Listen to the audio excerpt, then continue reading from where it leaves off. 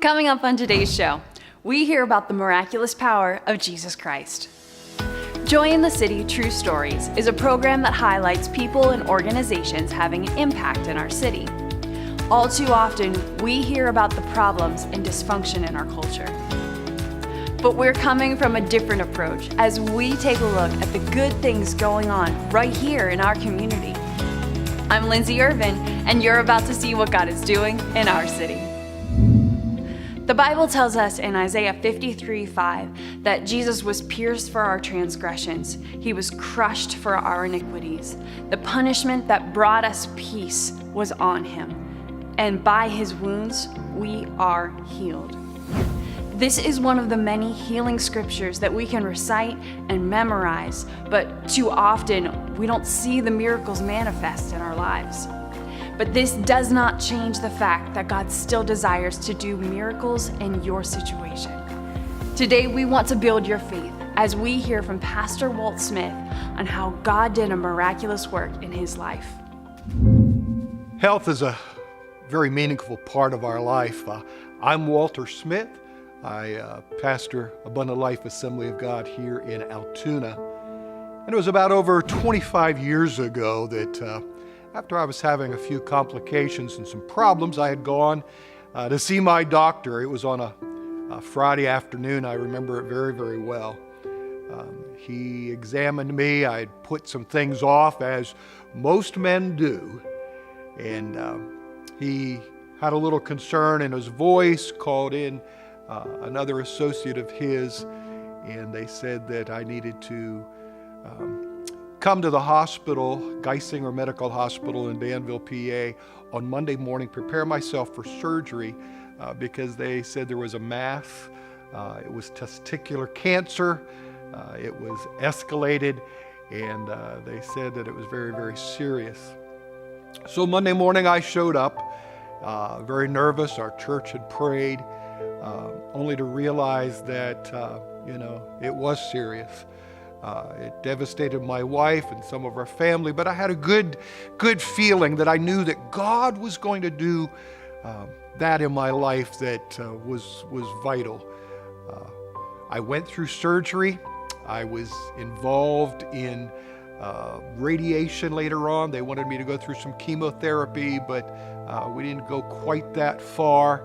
But what was intriguing in the midst of all this trial of having cancer and dealing with that big C word, even being told at one point that by the head neurologist at Geisinger that perhaps if it wasn't treated that it could take my life. So I was a young man struggling with family, ministry, our obligations, but I really had a resolve, and there was just a peace that had come into my life that I knew God was in charge. It was during that time and the stay in the hospital that I really believe I understood a little more clearly why I had gone through that particular trial in my life. And many of us do. You're watching this and you join in and enjoy the city on a constant basis. And I hope that through the testimonies that you're lifted up and edified, because all of us go through situations in life and we question. Sometimes we never know the answer why, but other times we do learn. It was during my stay in the hospital that I was in a bed adjacent in the hospital room with an older gentleman that also had gone through a cancer surgery.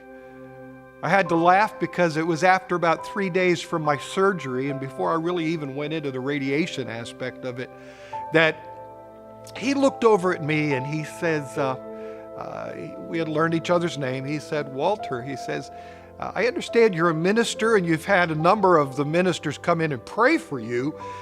And he says, "I'm really impressed by that," and it lifted his faith. So he asked what my dad had done and if my dad had been a minister, and I just chuckled because I said, "No, my dad was not a minister." My dad was a number of years older than my mom, but my dad had served 10 years in prison of a 25-year sentence before he ever met my mom. But in the conversation with this gentleman in our next bed, he asked, "What did your dad do?" And I told him that that time he had been a construction worker, and I said that he had served in prison for a while. And this gentleman spoke up and sat up in his bed. He says, "Well, I had been the warden of Rockview State Penitentiary near State College." And I chuckled because I said, "Well, that's where my dad spent 10 years of that supposedly 25 years prison sentence. He got out after 10 years, but he spent 10 years of it there." And the gentleman looked at me, he says, "Well, so many men came through his 35-year service as the prison warden." He says, "But what is your dad's name?" I said, "Well, his name was Walter Ellsworth Smith." Just like that, prison warden laughed, and he says, "Old Smitty," he says, "your dad was part of the prison softball team. He played second base and shortstop." I said, "Yeah, that was my dad." And then he said he worked in the laundry at the prison. I said, "Yeah, that was my dad." And then tears began to flow in his eyes, and he says, "I've been out of church for a long time." He had gone to a Presbyterian church, but he said, I really needed to reconnect. And he says, to hear that one of the inmates that served under him and that he was in charge of, to hear that one of the inmates had gone on to have a son become involved in the ministry just blessed his heart. We communicated a little bit after my hospital stay and a little later, only to find out that he did get plugged back into his church. And sometimes we really don't understand why we go through what we go through in life. We don't understand the trials and the tests. And at first, I did not understand why I had to go through cancer, only to be healed. Went through the radiation, was sick as a dog for the first 30, 45 days. Our church at that time was so supportive of us. But then to understand that God had placed us and allowed me to share my testimony with a man who really needed to make a reconnection and a relationship with Jesus Christ. It was worth all of that. Even though there was the uncertainty, the discomfort of going through it, today I'm completely cancer-free and had been ever since I went through that radiation, which also surprised the head neurologist of Geisinger, who is of the Muslim faith. And I was able to be a testimony to him for months following my surgery and my follow-ups. So when we go through things in our life that we don't understand, got to understand that God is ordering our steps. And I just praise him today for all that he's done for me. He's a good God. So whatever you're going through, would you trust him? Don't come to a conclusion before he's brought you through the entire completion of your trial. And through it all, can we praise him for his goodness to us in sickness and in health? God bless you. Have a great day.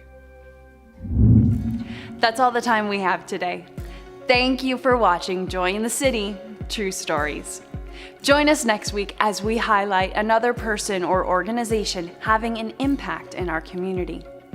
Be encouraged because God is moving in our city.